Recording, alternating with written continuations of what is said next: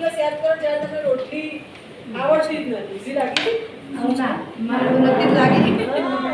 પછી પ્રેક્ટિસ કરતા કરતા અત્યારે તમે રોટલી આમ કોઈ વાત કરતા કરતા બોલો ને તો ગોળ જ વળે. કેમ? રોજ સવારે એક ધંધો.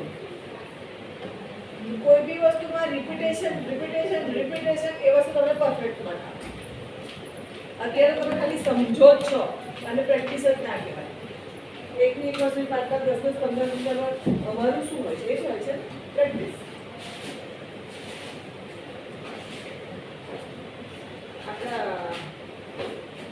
આપણા નવી બેગ છે ને બેગ એમાં પેલું આપણે ત્યાં ગયા તમને ડિઝાઇન નથી બનાવી બરના અત્યારે એક્સપોમાં આણંદની એ ડિઝાઇન અંદર જ પડી છે. એ લઈ આવી એ ડિઝાઇન ફિક્સ કઈ રીતે કરંટ લગાવવાની રીત નવી પછી ગુજરીમાં શીખવાડી દઈશું બધા તે કરતા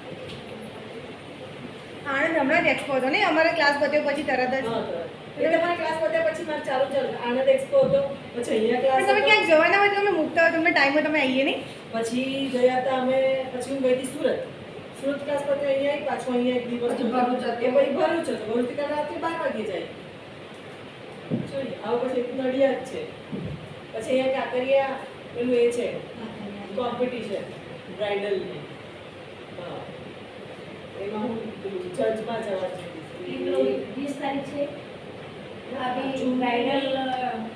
જૂનની 7 તારીખ અહીંયા અમદાવાદમાં છે. અમદાવાદમાં એટલો બ્રાન્ડ છે 20 તારીખે ચાટના નાટમાં તો લાગે મેડમ માણસ ત્યાં 45 સ્ટુડન્ટ હતા ભરૂચ સુરતના 30 સ્ટુડન્ટ હતા હોય હા એના પહેલા બરોબર હતો જો ત્યાં 40 સ્ટુડન્ટ ફરીથી પાછું ફરવા ઈ અંદર આવું જાવું ઘર બધું નહીં. હવે એકા 10 દિવસ મેનેજ કર્યું તો એને કોણ રાખશે કેવી રીતે રહેશે? મારી ઘરે કોઈ લેડીઝ નહીં કામ કરવા કામવાળા લેડી છે કામ આપણે તો બેન હોય તો મેનેજ તો જાતે જ કરવું પડે. બેન ના હેન્ડલ કરે ખાલી કામ કરે લાવ બધું ધ્યાન રાખી કરવાનું. તમારા ડોટરને જ લાગ્યો મેમ જેવી છે એ અહીંયા નથી એ કેનેડા છે એટલે કોઈ છે જ નહીં કે એ છોકરી કોઈ હોય ધ્યાન રાખે મેરિડ છે ને અનમેરિડ તમારા ડોટર મેરિડ છે હા હવે નાની જ છે પણ મેરેજ જલ્દી કરાવી લોકો કેનેડા જવાનું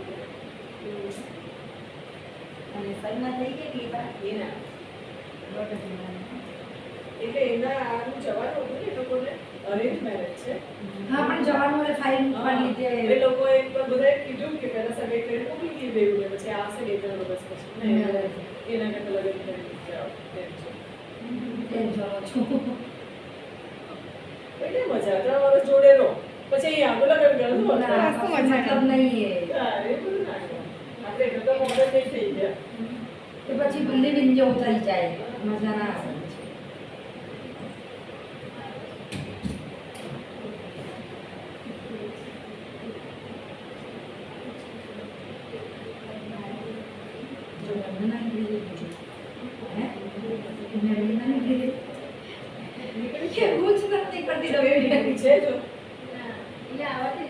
જો તમને આવડવું જોઈએ એને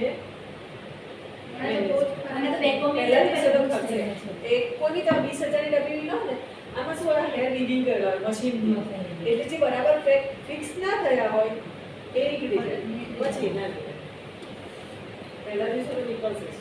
કોઈ પણ ડર નહીં